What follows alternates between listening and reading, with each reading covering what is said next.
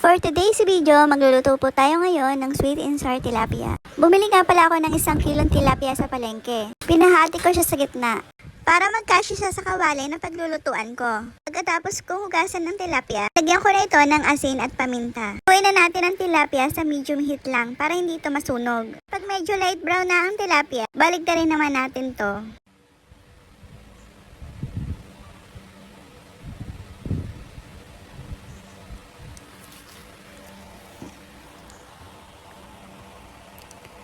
Pagkatapos natin iprito lahat ng tilapia, iset aside po muna natin. Ang sunod naman natin gagawin ay ang sauce mixture. Una, tanggalin natin ang sabaw ng tidbits. Isunod naman natin dito yung half cup ketchup. Lagyan din natin ng 1 tablespoon soy sauce and half cup vinegar. Then, haluin po natin itong mabuti. Pagkatapos natin gumawa ng mixture, gisa na tayo ng luya, bawang, at sibuyas. Kapag naamoy mo na yung aroma nito at medyo nagbabrown na siya, nilagay ko na yung hiniwa kong carrots. Isunod naman natin yung isang bell pepper.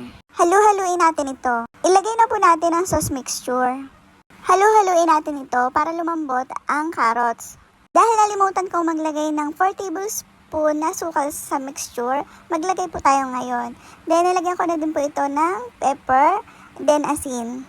Nilagyan ko din to ng kaunting hot sauce. Optional lang naman po ito kasi mahilig lang po kami sa maanghang kaya nilagyan ko to.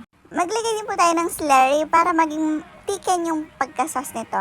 Simmer lang po natin to ng ilang minuto bago ilagay ang tilapia.